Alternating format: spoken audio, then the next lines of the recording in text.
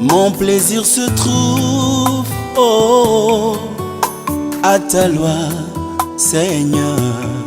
Je veux demeurer dans ta présence.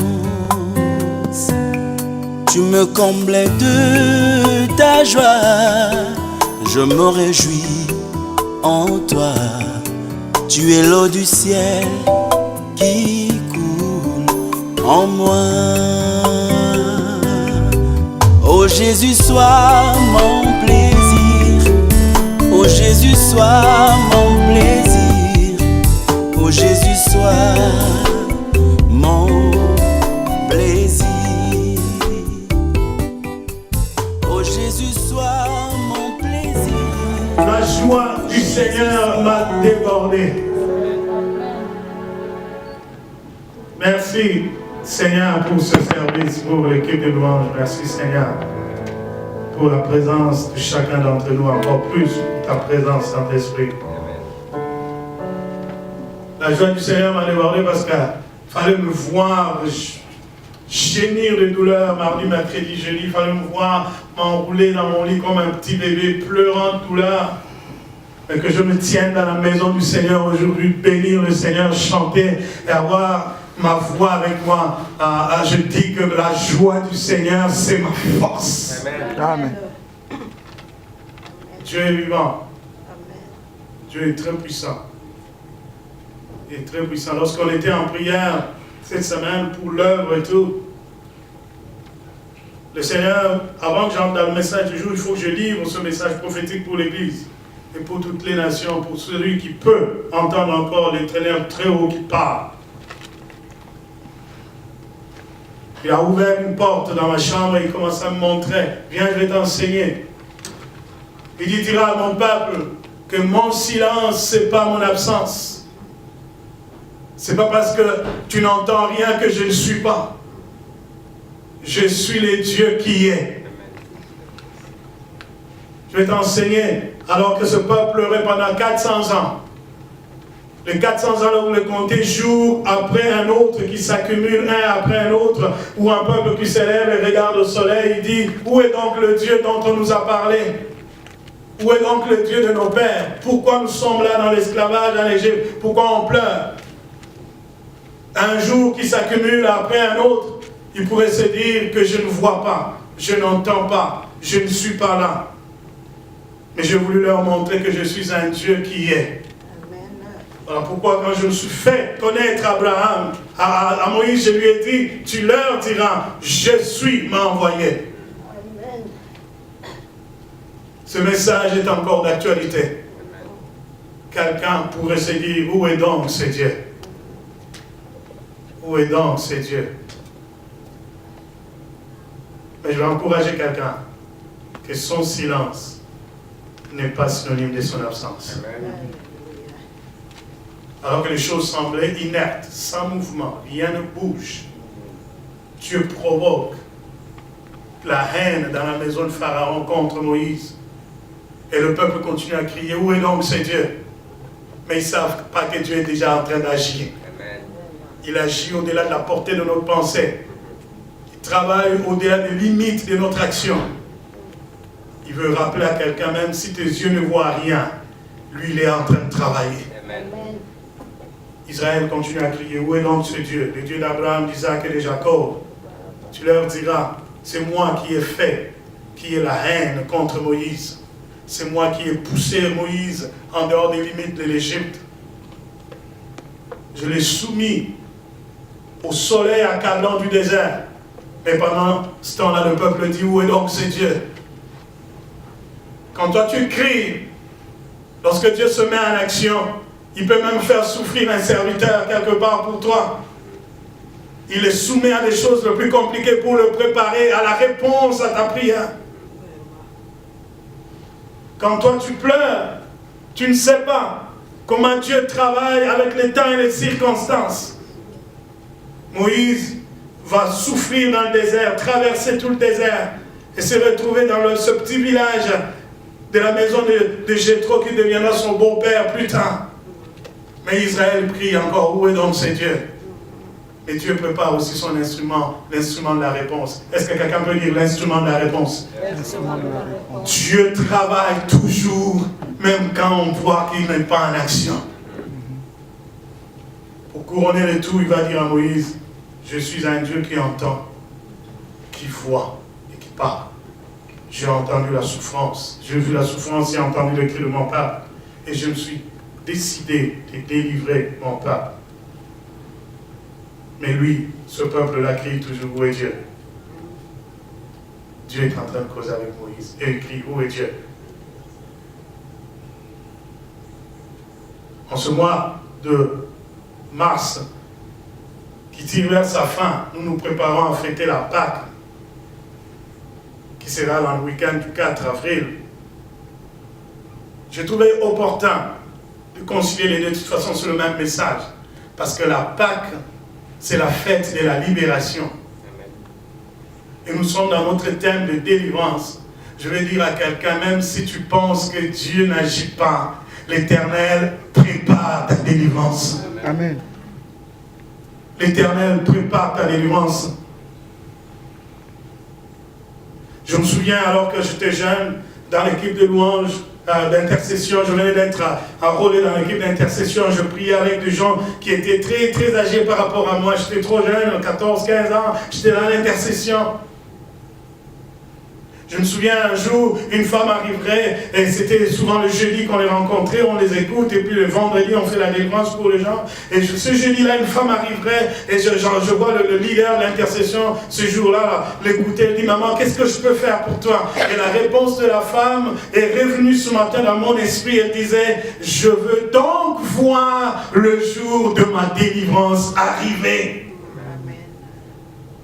Le leader a vu que c'était un soupir qui venait de trop loin. Cette femme a longtemps attendu. Mais on ne peut pas se mettre à prier et lui pose la question, il dit, mais de quoi tu parles exactement? Et quand elle s'est mise à expliquer sa vie. Ce matin, je pleurais devant le trône de Dieu. Je dis, Seigneur, merci de m'avoir rappelé encore ces choses. Parce que des fois, nous nous plaignons, croyant que notre situation, c'est la pire. Mais je vous dis qu'il y a des gens qui ont souffert plus que toi. Il y a des gens qui ont connu les choses les plus atroces que tu peux imaginer. Amen. Humainement, en entendant l'histoire de cette femme, tu te diras, il n'y a pas d'issue. Mais je me souviens encore des paroles de l'homme de Dieu et qui vont faire partie de notre message aujourd'hui. Les paroles de l'homme de Dieu étaient: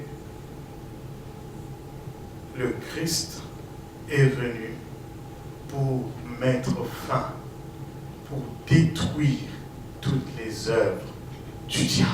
Amen. Parce que si jamais tu as déjà entendu parler de la sorcellerie, alors je te dis que la sorcellerie qui était dans la famille de cette femme-là, elle était plus que celle que tu connais.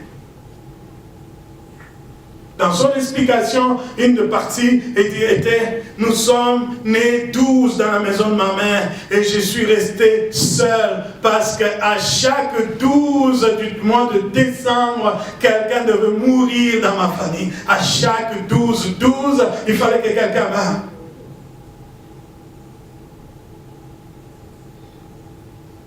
Et tous les 11 sont morts de la même façon.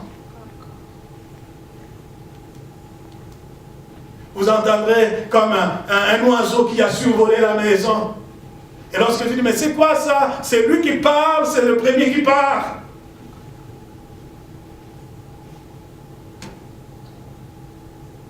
Elle dira, nous avons consulté toute forme de marabout qui peuvent exister. On est allé dans les maisons de féticheurs que vous pouvez imaginer. Et quand elle te montre son corps, le nombre d'incisions qu'il y avait sur son corps, des choses que les féticheurs ont fait sur son corps pour lui promettre une quelconque protection.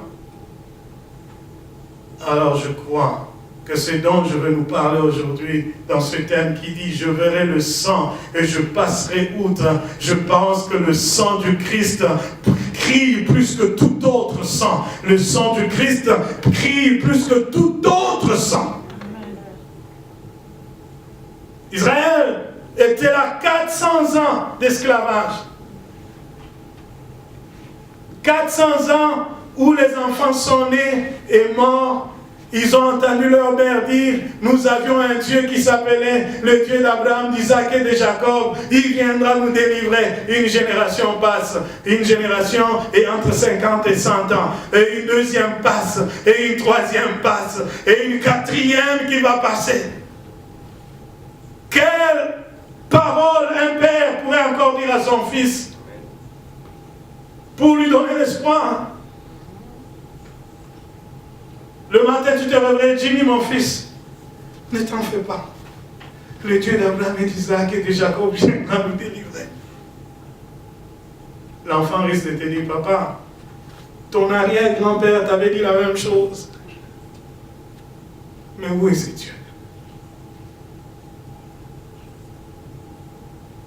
Dieu envoie Moïse, il fait des miracles. Pharaon endurcit son cœur. Exode, chapitre 12.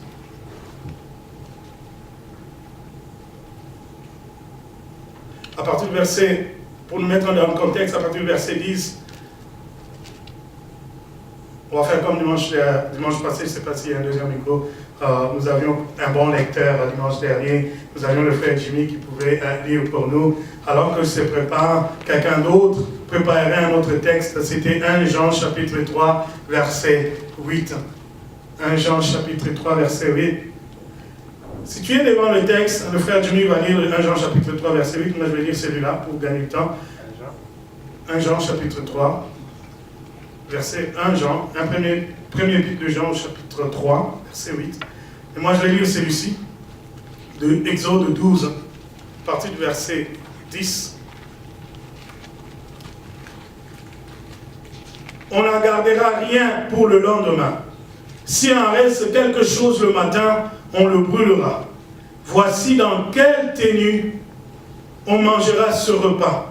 Le vêtement serré à la ceinture, le sandal aux pieds et le bâton à la main. On mangera rapidement. Telle sera la Pâque célébrée pour moi le Seigneur. Pendant cette nuit, je passerai à travers l'Égypte et je ferai mourir tous les premiers-nés du pays. Ceux des hommes comme ceux de bébés. J'exécuterai ainsi ma sentence contre les dieux d'Égypte, mais moi qui suis le Seigneur.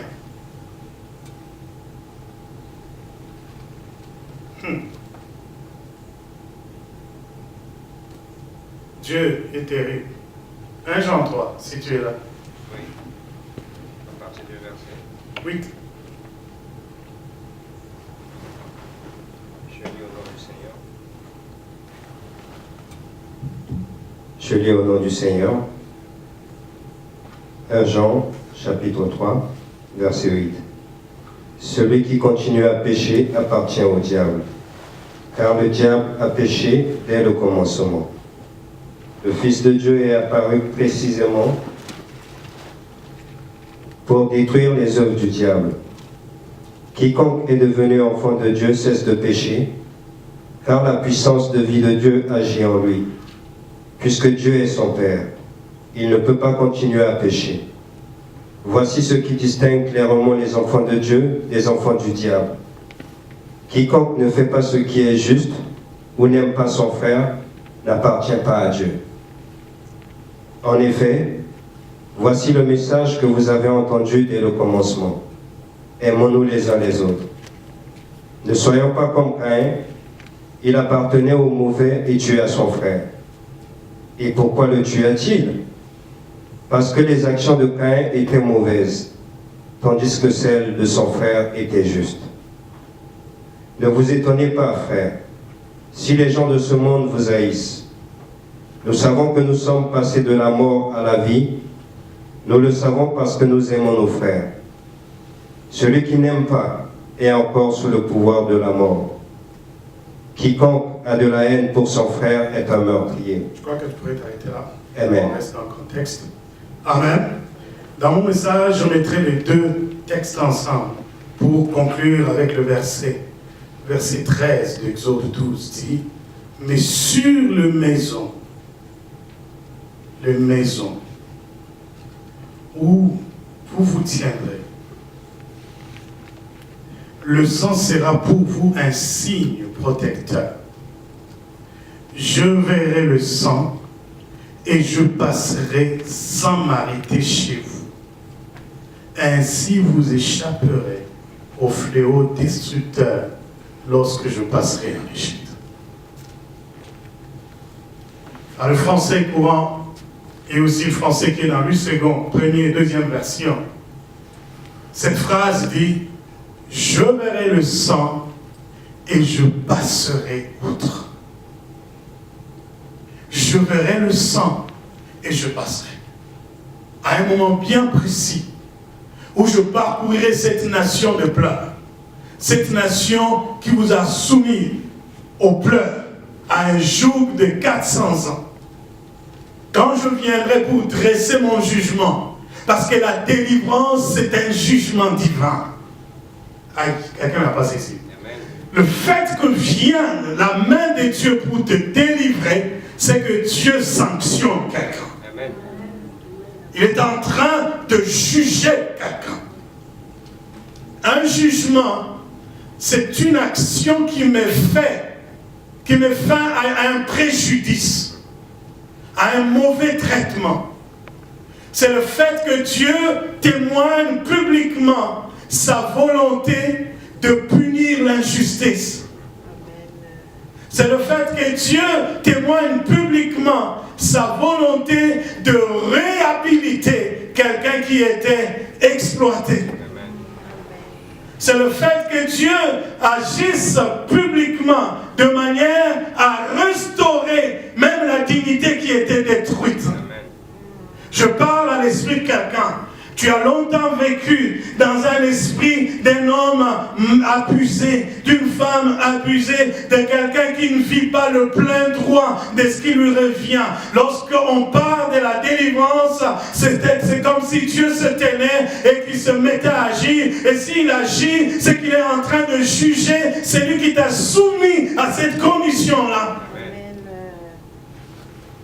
La délivrance, c'est aussi le jugement de Dieu contre une pratique généralisée du péché.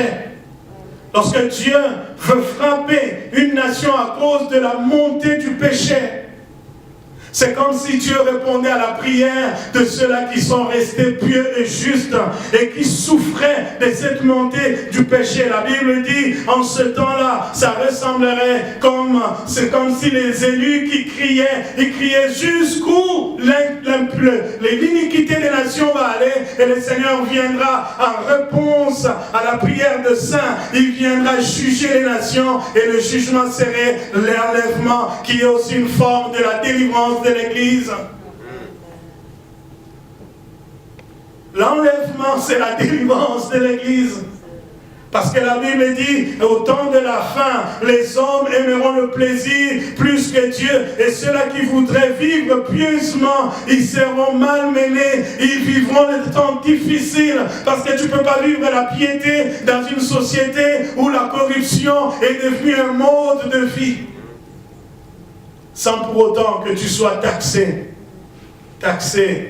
des fanatiques, des dépassés, d'un fondamentaliste, d'un conservateur, dans une société où la sexualité est libérée, est devenue quelque chose de si normal. Les filles qui veulent rester chastes et pieuses seront taxées de dépassés, de démodés, des filles qui ne vivent pas leur temps.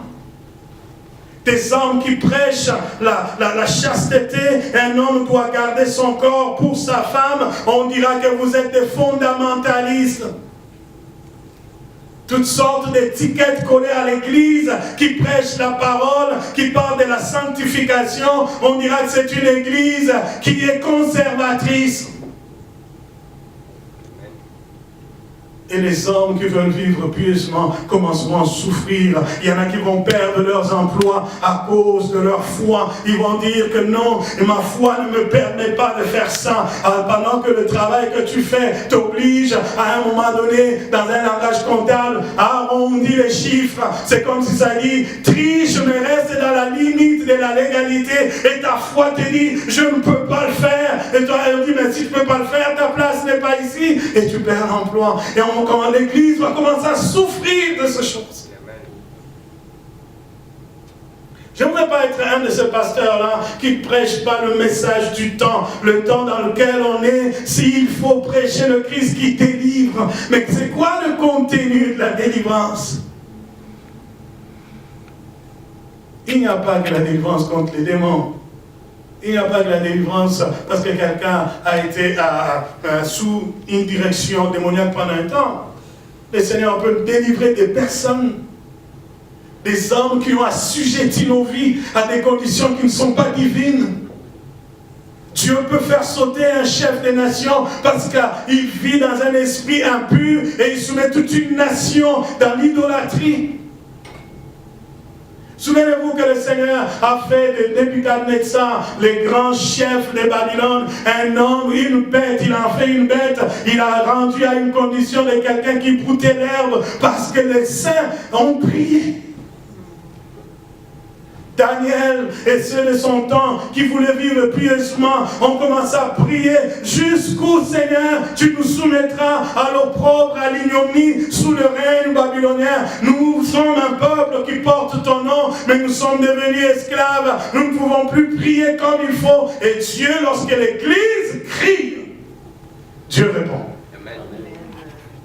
Ce peuple qui criait ne savait pas comment Dieu allait s'y prendre pour les délivrer.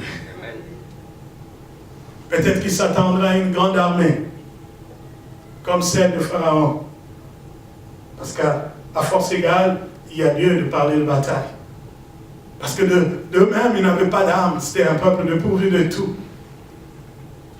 La défense pourrait serrer, une armée viendra nous sortir de là. Mais Dieu utilise l'arme la plus fatale qu'il pourrait avoir, le sang. Le sang. Mais pas n'importe quel sang. Quand Pharaon s'est endurci et que Pharaon a menacé la vie, il a dit que je tuerai cette nuit tous les premiers-nés de la famille d'Israël. Lorsqu'il a menacé la vie, alors Dieu dit, je remplacerai la menace de la vie par une autre vie. Mais pour qu'il y ait vie, il faut qu'il y ait du sang qui coule.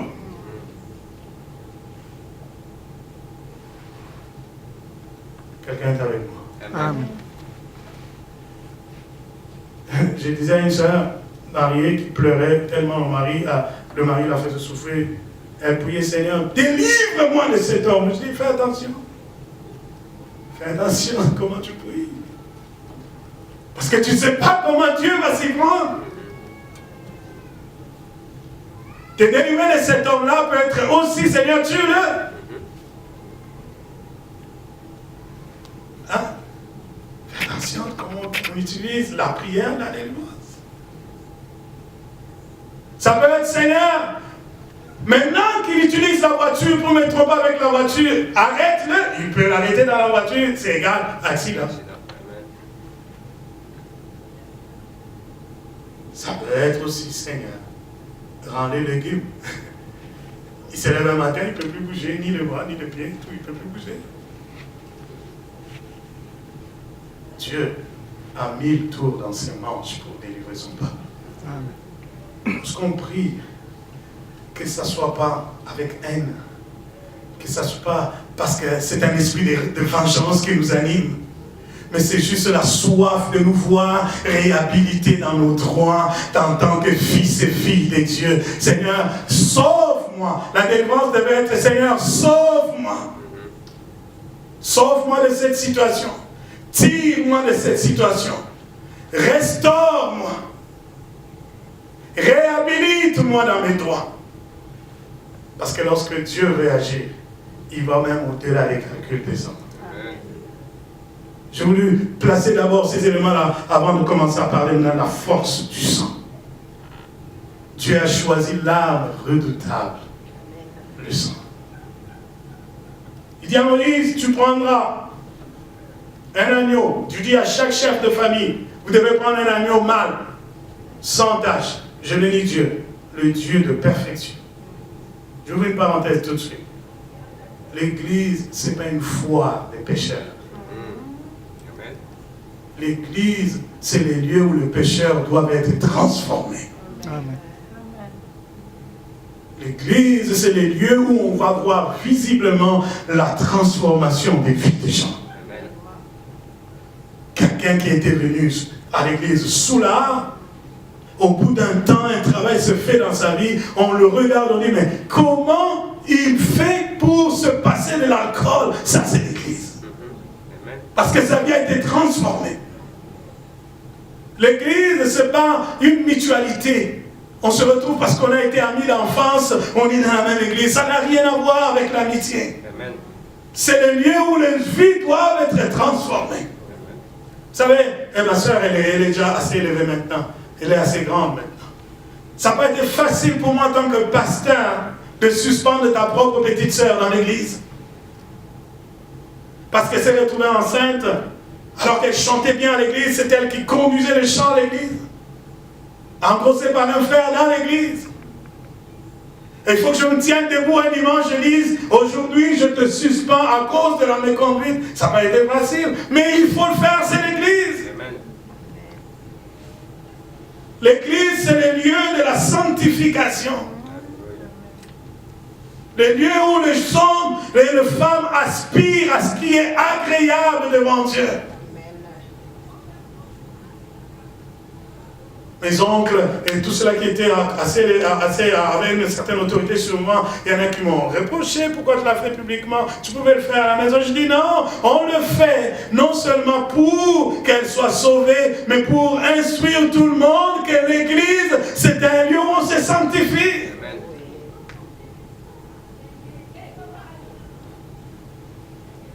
Quelques temps après, aujourd'hui quand je la vois dans l'église du pasteur Maps, parmi les femmes qui tiennent l'église, il y a ma jeune sœur là, on ne peut pas se passer d'elle. Tu veux savoir qui tient l'intercession, c'est elle. Tu veux savoir c'est qui tient le protocole, elle est là. Elle est là parce qu'elle a appris que Dieu, on la sert avec crainte et tremblement. Amen. Si pour notre salut, le Seigneur met des exigences. Il dit, je veux un agneau mâle et sans tache. Quelle vie devrions-nous mener après être sauvés? Si pour la délivrance, Dieu a été exigeant par rapport à la qualité de l'offrande qu'il doit amener à la délivrance, comment pensez-vous qu'il peut être si exigeant après la délivrance? J'ai parlé il y a quelques semaines à mes garçons, j'ai dit, on ne blague pas. Quand on est à la maison, vous savez que c'est papa, je suis très gentil. Mais quand on est à l'église, c'est l'œuvre de Dieu. Il faut faire la part des choses, c'est l'œuvre de Dieu. C'est l'œuvre de Dieu. L'œuvre de Dieu doit être sanctifiée. Parce que ça a pris quelque chose de saint pour que nous soyons sauvés. Amen. Un frère me disait, mais pasteur Jacques, le genre de message que tu apportes dans cette génération, tu auras du mal à avoir une grande église. Hein? Je te dis, hein, tu auras du mal. Non. Je dis, mais c'est bien. C'est bien que j'ai une petite église. Mais des rachetés, des hommes et de femmes qui prennent à sa juste valeur le prix du salut. Amen. Parce que la Bible le dit, du temps de la fin, les hommes chercheront le chemin le plus large possible. Parce que le chemin le plus étroit, plusieurs ne voudraient pas y passer. Ils chercheront l'endroit le plus large, où il y a plus de liberté qui deviennent des libertinages. Et vous allez, au-delà de la tolérance de la divinité, vous allez commencer à faire n'importe quoi dans la maison de Dieu. Le lieu de salut, c'est un lieu sanctifié. Amen. Plus loin, je dirais, quand tu regardes Jésus mourir sur la croix, il est couvert du sang partout, blessé de partout. On dirait, c'est sale, mais c'est ce que tu appelles sale là, que la Bible dit l'agneau mâle sans défaut. Alors qu'il mourait sur la croix, il était irrépréhensible. Le brigand a essayé de le reprocher. Il a dit, si tu es le Fils de Dieu, sauve-toi toi-même. Et puis il dit avec lui, sauve-moi aussi. Parce qu'il a besoin de salut. Mais il dit, mais si tu es le Fils de Dieu, sauve-toi toi-même. L'autre lui répond, il dit, ce qui nous arrive à nous est justice. Nous le méritons. Mais lui, il n'a commis aucun péché. Et il se retourne vers le Seigneur et dit, Seigneur, souviens-toi de moi quand tu reviendras dans ta gloire. À la minute même, le Christ a entendu derrière les paroles de cet homme. Voilà, il a reconnu que je suis irrépréhensible. Il a dit que lui, il a rien fait. Le Fils de Dieu qui meurt sur la croix, c'est l'agneau de Dieu sans tache, sans défaut, irrépréhensible. Quiconque le reconnaît, le Christ déclare que tu es digne pour le royaume. Il dit à cet homme, aujourd'hui même, je serai avec toi dans le paradis. Non pas parce que tu as été meilleur avant ce moment, non pas parce que tu as été extraordinaire avant ce moment, c'est parce que tu as reconnu que l'agneau de Dieu est irrépréhensible. Amen. Le salut est offert à celui qui peut reconnaître que l'humanité est répréhensible, irréprochable. Nous sommes des pécheurs. Dans notre humanité, nous sommes pécheurs, nous sommes menteurs, nous sommes tout ce que vous pouvez imaginer qui se termine par EUR. Mais lui, il est irrépréhensible. Vous savez pourquoi beaucoup de gens ont du mal à avoir une vraie transformation dans leur vie? C'est parce qu'ils ne font pas le premier pas qu'il faut faire. Le premier, c'est de reconnaître qu'on est pécheur. Amen.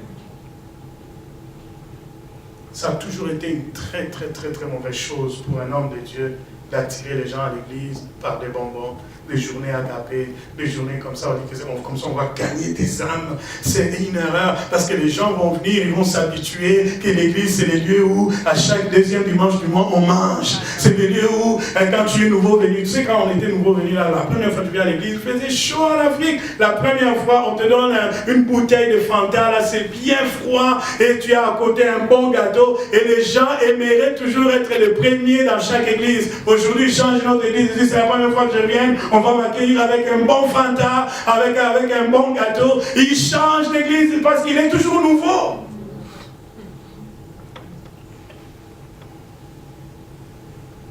Non, c'est pas ça qui devrait nous attirer dans l'église. Amen. C'est un message qui nous révèle qui nous sommes réellement. Un bon miroir. Quand tu regardes dans ton miroir, tu dis waouh, malgré mon beau costume ici, j'ai tel défaut. J'ai tel défaut. J'ai tel défaut. Si le miroir n'était dit plus tes défauts, soit c'est le miroir qui n'est pas bon, Amen. Ou alors tes yeux ne voient plus rien, tellement que tu es impie de ta propre personne. Amen. Tu ne vois plus rien. Et la parole de Dieu, c'est comme ça. Venez à l'église parce que la parole vous dit quels sont les vrais besoins d'âme que vous avez. Tu as besoin d'être libéré de telles choses. Tu as besoin d'être transformé dans telles choses. Et le Fils de Dieu, il répond comme l'agneau irrépréhensible. Il dit, si toi tu reconnais tes torts, moi je te donne ma nature. Je suis prêt à verser mon sang pour toi. Pour qu'on change. Ésaïe 53. Sur la croix, il a pris sur lui toutes nos fautes. Et en retour, lui, il lui donne toutes ses valeurs. Voilà la puissance du sang. C'est un sang de transfert. Ça prend la nature de l'agneau irrépréhensible. Ça nous confère cette nature. Et le sang prend et absorbe notre nature pécheresse et absorbe la colère de Dieu qui devait frapper cette nature pécheresse devant Dieu. Quand tu viens à l'église et tu cries, je veux voir le sang de Jésus se verser sur moi, c'est que ça fait devant le trône de Dieu. Au lieu que le Seigneur te voie sur tes fautes, lui il frappe le sang et le sang couvre tes fautes et le Seigneur t'épargne de la colère. Au retour, le sang te confère la nature transformée de Jésus.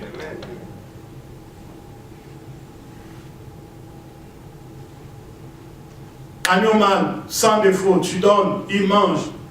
mais qu'ils ne mangent pas comme des gourmands, qu'ils mangent en gardant à l'esprit qu'on mange pour partir.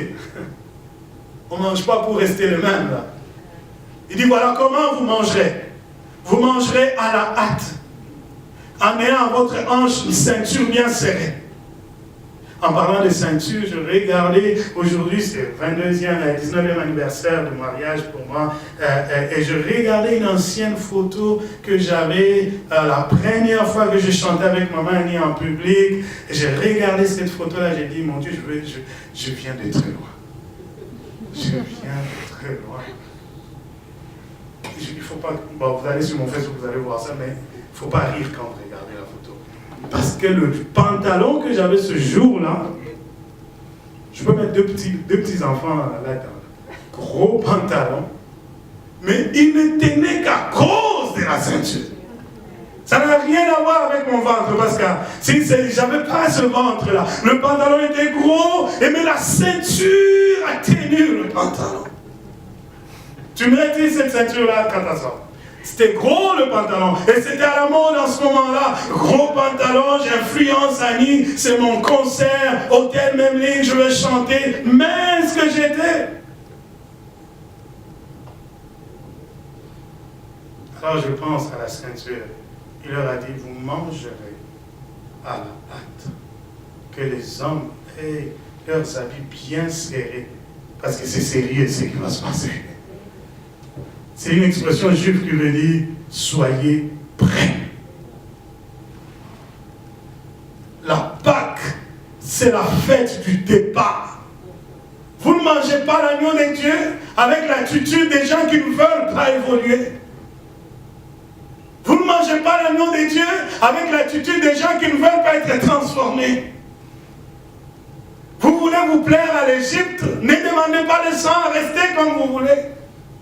Mais si vous criez au sang, il faut vous mettre à l'esprit que le sang ne coule que pour ceux-là qui veulent changer. Le sang de Dieu, c'est pour ceux qui veulent avancer. Il dit, vous ne mangerez pas cet agneau pour perpétuer l'esclavage. Vous le mangez comme des gens déterminés à partir. Des fois, quand tu parles avec quelqu'un, tu sais qu'il a besoin d'aide. Toi, tu sens que c'est maintenant qu'il doit changer. Mais lui, il ne le voit même pas. Tu fixes rendez-vous, il fout. Tu lui dis, mais il faut qu'on prie, il t'invite. Toi, tu vois qu'il est en danger, mais lui, il ne le voit pas. Et c'est lui qui sait réellement qu'il n'est plus capable d'endurer ce qu'il vit. Bien aimé, il est prêt à tout. Dis-lui qu'il y a un charlatan qui est sorti à Rouen-Noranda, là-bas où il fait trop froid là. Il va aller. Dis-lui qu'il y a un diseur de bonne aventure qui est sorti à, je sais pas moi, à Vancouver. Il va aller. Parce qu'il veut que ça change. Et c'est que le Seigneur est en train de dire aux enfants d'Israël ici, il dit, mangez cet agneau avec l'attitude du départ. Parce que c'est la dernière cartouche que j'ai pour vous. Si vous ratez aujourd'hui, il n'y aura plus de départ après. Est-ce que quelqu'un est prêt à partir quelque part avec Christ? La Pâque ne peut pas être une fête d'un calendrier. Ou d'ailleurs, même ceux-là qui ne croient pas en profitent. Ils en profitent largement parce qu'ils auront congé vendredi de Pâques, vendredi saint, et ils auront congé lundi de Pâques, ils ont journée fériée. Ils viendront même pas à l'église. Mais à vous, à qui reviennent ces choses, vous devez vous dire, je ne peux pas accumuler année après année, fêter la Pâque année après année, et rester la même personne. Je ne peux pas. Cette année doit être la dernière, pour moi, dans cette position. Il faut que je mange la Pâque à la hâte. L'empressement au changement, l'empressement à la délivrance. Je ne veux pas continuer dans le même cycle, de mêmes erreurs, de mêmes péchés, de mêmes maladies, de mêmes besoins chaque année. Il faut que ce cycle s'arrête cette année. C'est dans ces conditions-là qu'il leur a dit, quand vous aurez mangé à la hâte, n'oubliez pas, mettez du sang sur les linteaux de chaque maison d'enfants d'Israël. Et quand je passerai, je verrai le sang et je passerai votre. quand je vois le sang, je dis, lui, il m'appartient.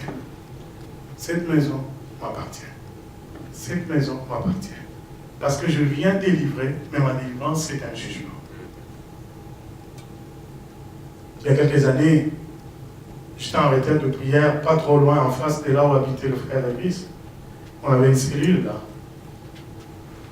Pays, ça fait des années, ça fait plus de 25 ans maintenant. J'étais en retraite. Et quelqu'un est venu du village, trop loin du village. Les gens qui ont grandi et évolué dans le monde occidental, ils vont trouver ça comme des contes, des faits.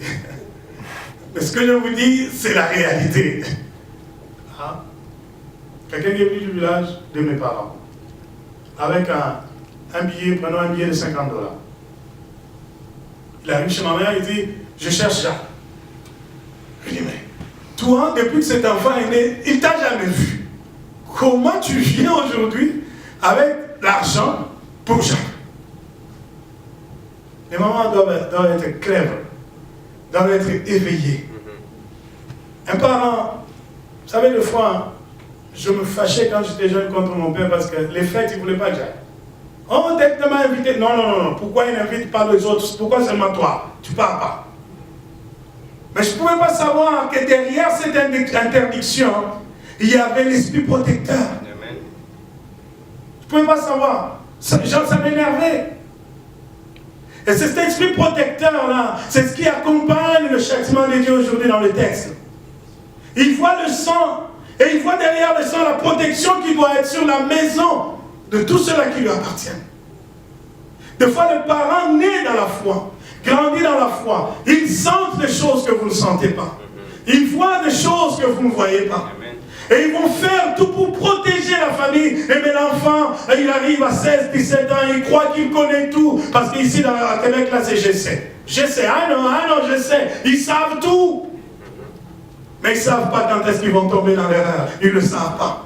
Parce qu'ils vont droit vers le poteau, ils se cognent et les dangers sont là. Mais ils disent toujours, je sais.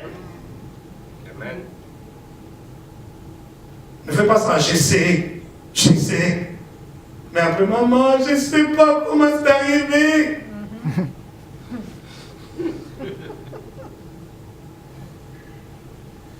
Ma mère a dit non, je ne prends pas cet argent. Elle a tellement insisté.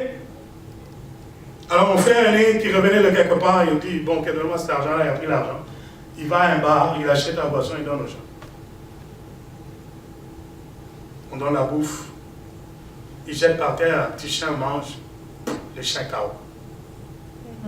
Et moi j'étais en prière. Et là où j'étais en prière, dans le sous-sol là, le Saint-Esprit me parle. Tu viens d'être épargné d'une mort certaine. Je dis, je ne peux pas mourir, je suis dans la présence de Dieu. Je suis en retraite dans la présence de Dieu, je ne peux pas mourir. Mais je ne saisissais pas de quelle mort je venais d'être épargné. Alors le Seigneur m'ouvre les yeux. Et je vois la scène. Je vois que je suis mis sous un trône où il y a des chaînes tout autour et quelqu'un déclare, nous voulons son arrêt de mort aujourd'hui, il faut lui trancher la tête. Et avant qu'on puisse trancher la tête, j'entends la voix de ma mère qui prie que le sang de l'agneau vienne libérer mon fils. Et la vision est claire. Et je vois les chaînes qui se brisent. Je sors de cet endroit, je rentre, mon cœur était tellement, je rentre à la maison et ma mère me dit, mais tu sais ce qui vient de se passer? Elle me raconte l'histoire. Le sang. Je verrai le sang et je passerai outre. Parce que le sang, c'est un langage de protection pour Dieu. Amen. Le sang de Jésus crie plus que celui d'Abel. On a lu un texte dans Jean 3. On nous donne un comparatif. Ceux-là qui n'aiment pas, ils ont la haine comme Caïn et Abel. Et qu'est-ce qui s'est passé ces jours-là? Caïn a versé le sang de son frère. La Bible dit que le sang d'Abel cria vers le trône de Dieu. C'est alors que Dieu a châtié Caïn. Mais la Bible ajoute quelque chose d'extraordinaire par rapport au sang de Jésus. On dit du sang de Jésus que son sang crie plus que celui d'Abel. Si le sang d'Abel criait que à la vengeance, que à la colère, mais le sang de l'agneau, le Fils de Dieu, crie à la fois à la protection, à l'alliance avec Dieu, à la restauration par Dieu, mais aussi au châtiment de Dieu. Nous aurons le temps, 2 semaines avant Pâques, nous aurons le temps maintenant d'approfondir le sang. Il faut que l'Église connaisse qu'est-ce qui se passe lorsqu'on prie. Dans une nation comme celle-ci, où l'idolâtrie est forte, l'occultisme est fort, où ton voisin, tu ne sais même pas quel Dieu il invoque pendant que toi tu dors. Dans une nation comme celle-ci, où celui qui a un shift avant que toi tu ailles travailler, tu ne sais pas quel esprit il a amené dans le bureau que tu vas utiliser. Tu n'as aucune idée de comment le sang de l'agneau t'épargne des situations. Je nous invite à prendre le sacrifice du Christ sur la croix très au sérieux. Amen. À valoriser ce sang de Jésus. Ça a pris beaucoup pour Israël sorte des limites de l'Égypte. Quand le Seigneur passe dans une ville, vous devez savoir, il y a un ange qui bénit le peuple, mais à chaque nation, il y a un ange de malédiction que le Seigneur envoie. Vous devez le savoir. À chaque nation, il y a un ange de l'Éternel qui parcourt, un ange de fléau, qui vient châtier le péché. Et quand il traverse les nations, il recherche d'abord ceux qui appartiennent à Dieu. L'apôtre Paul dit, ne vous y trompez pas mes frères, Dieu connaît ceux qui lui appartiennent. On peut tous se lever un dimanche matin, prendre la Bible et aller à la direction de l'église. Lui se dit, moi je suis pentecôtiste. L'autre dit, moi je suis baptiste. L'autre dit, moi je suis ménonite. Un autre dit, moi je suis adventiste. Et moi je suis le saint du 7e jour. Et tous nous allons à l'église dimanche matin. Mais tous, nous n'appartenons pas à Dieu. Amen. Dieu connaît ceux qui lui appartiennent. Nous pouvons tous entrer dans la même église, au même moment, dans la même salle. Dieu nous voit tous, pas de la même façon. Amen. Alors ne laisse pas quelqu'un t'influencer dans la vie chrétienne. Amen. T'éloigner des choses qui font ton salut. Nous avons vu des gens sortir de leur appel. Parce que dès qu'il a rencontré une fille, c'est fini. La fille l'a sorti de son appel. Une fille qui a rencontré un homme, l'homme l'a sorti de son appel. Ah Théo, moi non. Non. Des choses que j'ai vues de ma jeunesse, des douleurs que j'ai connues dans mon parcours dans la foi. Ah non, même ma femme, elle ne peut pas m'écarter de Jésus. Parce que j'ai goûté au bonheur du sang. Amen.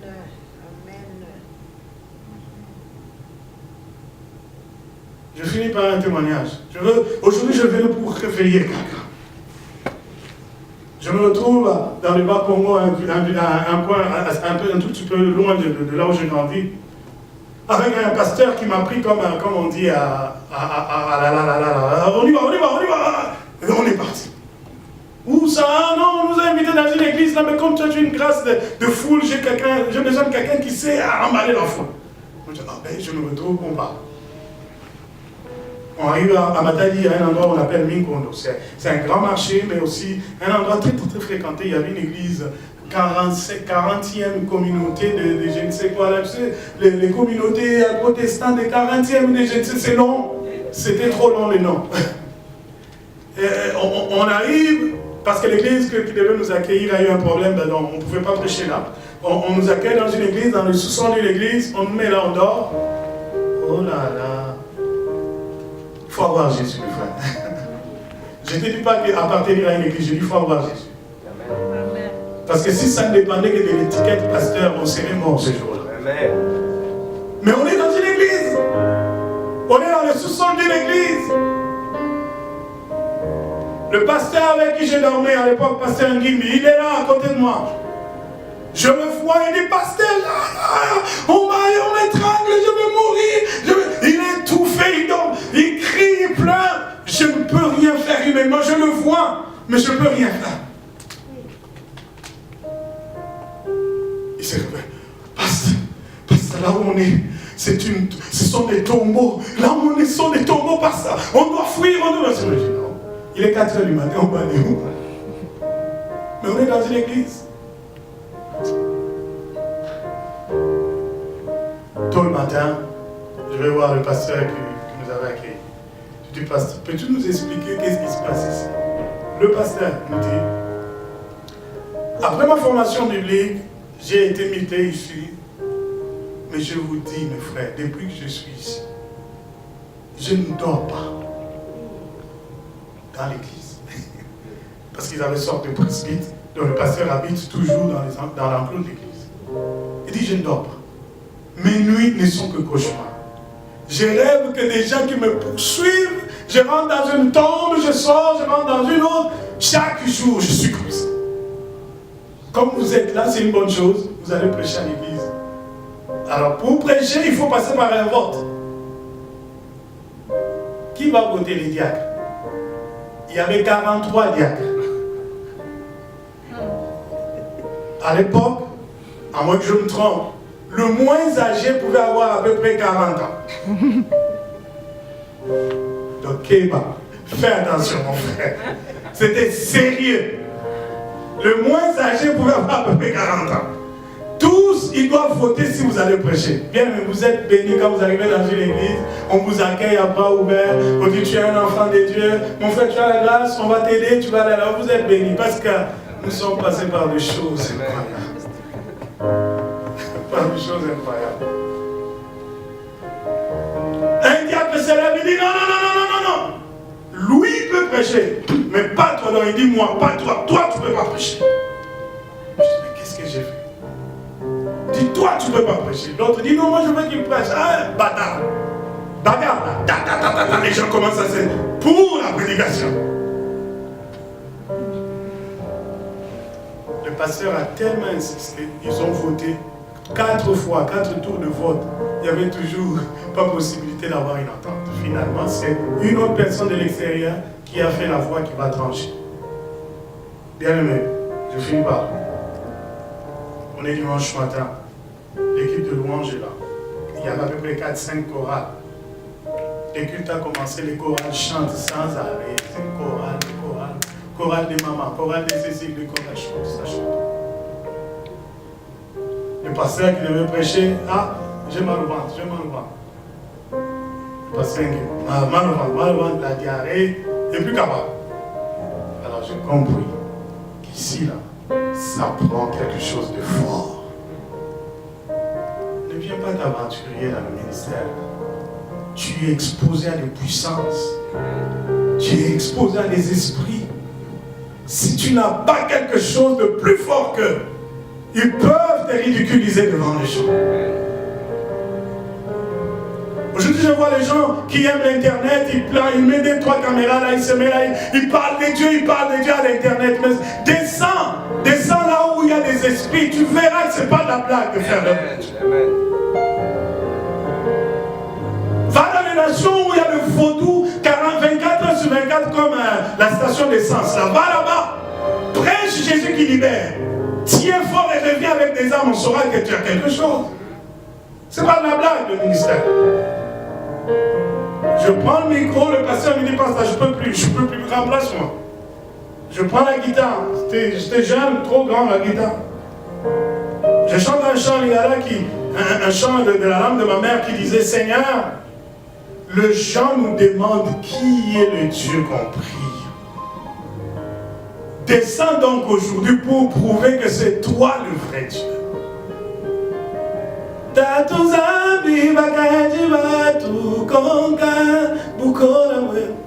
Seigneur, on nous demande où est ta force.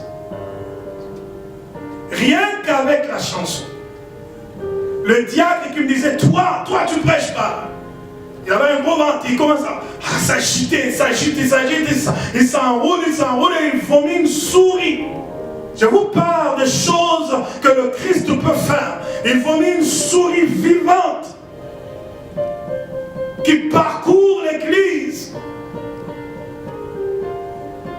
Ne viens pas me dire que Jacques abandonne Jésus. Je sais qu'est-ce que le Christ a fait dans ma vie.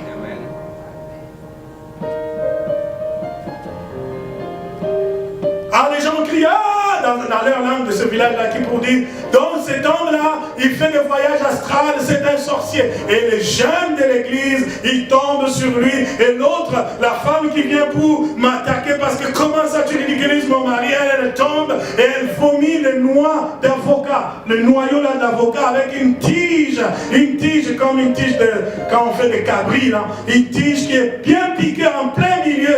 Dieu, je vous dis que si vous n'avez pas le sang de Jésus, vous êtes aussi vulnérable, quelle que soit votre religiosité, quel que soit votre CV assez rempli de combien de concerts vous aurez livrés, de combien de prédications vous aurez faites, de combien de gens pour qui vous avez donné de l'argent. Ça n'influence rien le combat spirituel. Ça prend le sang de Jésus. Amen.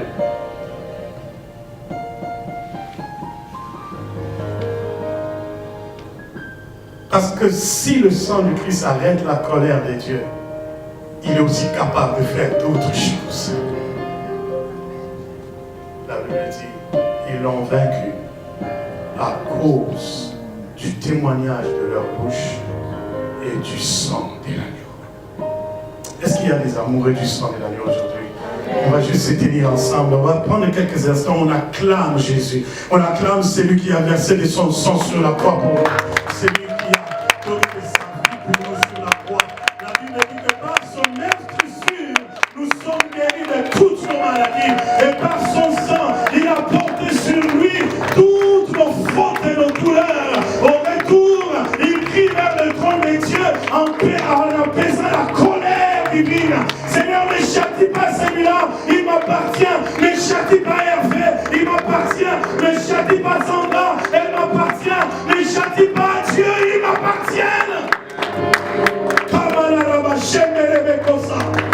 Gloire à toi, l'agneau de Dieu. Gloire à toi qui as versé de ton sang sur la croix.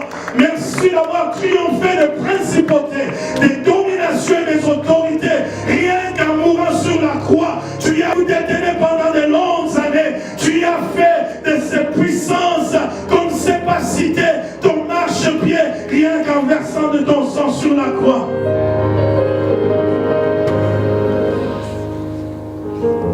Merci d'épargner nos familles de fois des morts certaines. Nous étions vulnérables, sans armes, abandonnés. Mais toi, tu as versé de ton sang pour faire de nous une nation qui t'appartient. Je verrai le sang et je passerai. Parce que je reconnaîtrai que dans cette maison, il y a quelque chose de moi. Seigneur, je veux que tu reconnaisses dans la vie de mon frère quelque chose qui ressemble à qui tu es. Le sang nous donne ta nature. Le sang confirme notre affiliation. Nous sommes fils et filles de Dieu parce que tu as donné de ton sang. Jean a dit à vous qui avez reçu la parole, il vous a été donné le pouvoir de devenir enfants de Dieu, lesquels sont nés ni de la volonté des hommes, ni de la puissance de la chair, mais de Dieu par le sang de Jésus.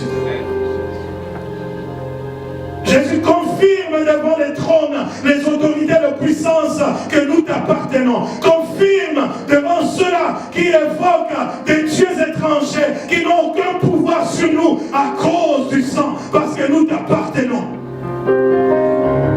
Je parle aux sorciers de mon village, de ma famille, à tous ceux-là qui invoquent des puissances, des malédictions dans cette ville. Vous n'avez aucune emprise sur nous parce que nous appartenons à Dieu.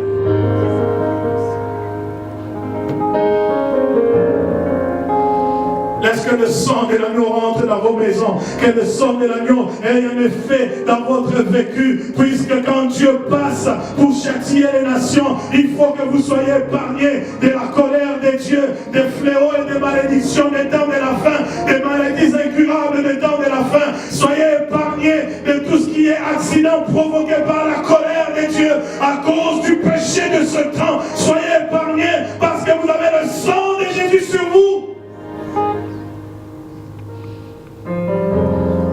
Lorsque ceux-là qui ne connaissent pas Dieu pleurent parce que les choses ne marchent pas, vous ne pleurerez pas comme eux à cause du sang, parce que vous vous êtes mis à part. Vous êtes mis à part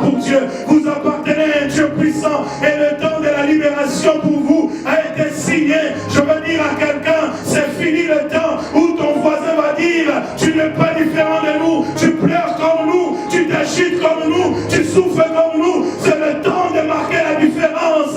Lève-toi, fille de Dieu. Prends la direction de la sortie. Ton joug doit être brisé dans le nom de Jésus.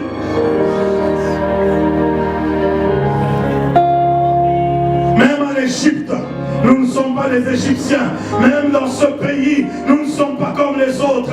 Nous sommes des citoyens célestes.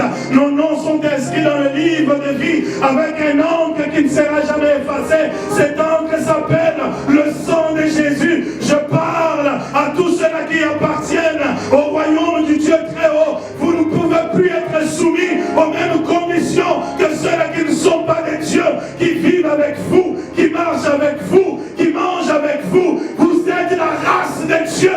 Vous êtes mis à part pour Dieu. Vivez les promesses de la race de Dieu.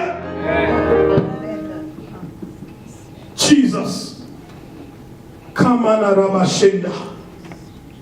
Nous sommes une nation des élus, des hommes qui ont été mis à part par le sang de Jésus. Nous n'allons pas mourir comme tous les autres hommes, mourir dans les mêmes pleurs, les mêmes difficultés. Oh non Seigneur, je refuse que ceux-là qui sont ici, qui t'appartiennent, soient mis dans le même rang que tous ceux-là qui doivent être détruits. Mets leur vie à part, réserve-le pour la gloire à venir, réserve-le pour les louanges sans arrêt. Je voudrais qu'ils soient de ceux-là qui vont entrer dans l'éternité et qui chanteront gloire à l'agneau de Dieu. Toi qui as triomphé du monde, tu as triomphé du diable, tu as triomphé du péché. Seigneur, j'éloigne la perdition de mon chemin dans le nom de Jésus. Oh Jesus, merci pour l'élection qui est sur la vie de mon frère. Merci pour l'élection qui est sur la vie de ma soeur.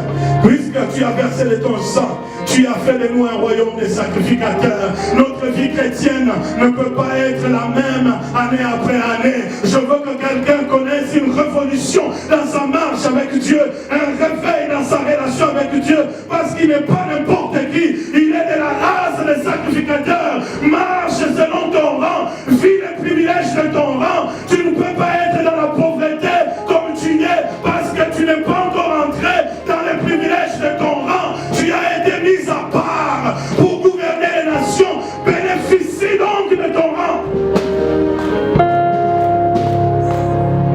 Alléluia. Je suis un élu de Dieu. Je ne mourrai pas comme un homme ordinaire. Je ne vivrai pas comme un homme ordinaire. Mon nom est inscrit parmi les héros du Seigneur. Je veux donc que la délivrance de la Pâque cette année soit la réhabilitation de tous les privilèges liés à l'appel qui est sur ta vie. Sur ta vie, il y a un appel. Tu dois bénéficier de ce privilège. Tu ne peux plus continuer à te plaindre parce qu'il y a une réserve de grâce pour toi.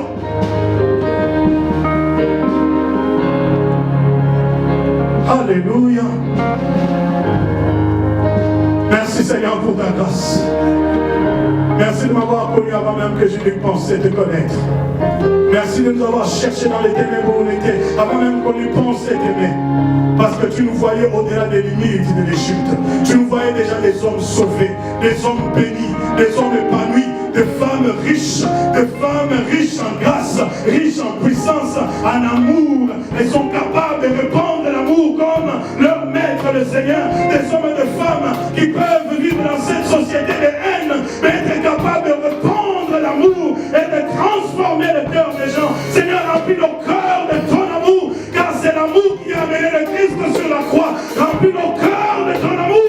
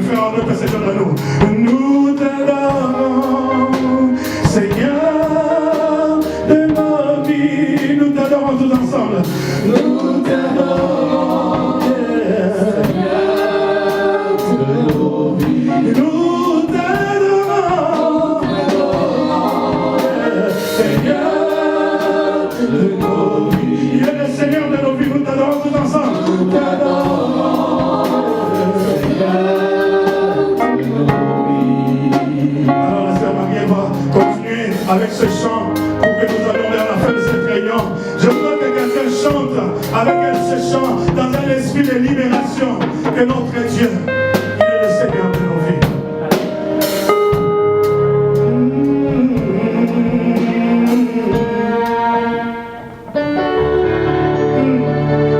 Le Seigneur qui est assis sur le trône de gloire. Est-ce que ton nom soit magnifié? Nous prosternons. Nous voulons avec révérence honorer celui qui est allé sur la croix. Nous prosternons. Nous voulons incliner tout royaume devant ton trône de gloire. Nous prosternons devant ton trône. Nous levons nos mains et nous levons nos mains. Oui, nous faisons les liens. Et nous levons nos mains et nos cœurs. Alléluia, nous t'adorons, Seigneur de nos vies. Nous t'adorons, Seigneur de nos vies. Nous t'adorons, Seigneur de nos vies. Car c'est à lui qu'appartient le salut et la gloire. Lorsqu'on dit que c'est à lui qu'appartient le salut et sa gloire, La puissance. alors c'est que la puissance nous acclamons Seigneur. C'est à lui qu'appartient la puissance et la gloire. C'est à toi qu'appartient la gloire et la puissance. Nous nous prosternons devant toi, et nous levons nos mains, et nous levons nos mains, et nous élevons, nos vies vers toi, Seigneur. Nous t'adorons, Seigneur, Seigneur de nos vies.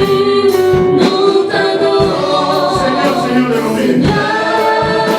Seigneur, Seigneur de nos vies. Nous accentuons qu'il est le Seigneur, il est le Seigneur de nos vies. Seigneur, Nos vies n'appartiennent pas aux magiciens, nos vies n'appartiennent pas aux diseurs d'aventure, nos vies n'appartiennent pas aux fétichards, nos vies appartiennent à Dieu. nous t'adorons, Seigneur, Seigneur de nos vies. Merci Seigneur de ce que tu nous as acheté par le sang. Tu as fait de nous ce qui t'appartient. Voilà pourquoi nous t'adorons. Je bénis ces instants entre tes mains. Alors qu'on va bientôt finir la réunion, quand tu vas marche avec ton peuple jusqu'à la maison, garde et préserve ton peuple. Préserve la force, la puissance et les retombées du sang dans leur vie. Les offrandes qui seront données, que ça soit béni de ta main. Dans le nom puissant de Jésus, nous avons ainsi prié. Amen.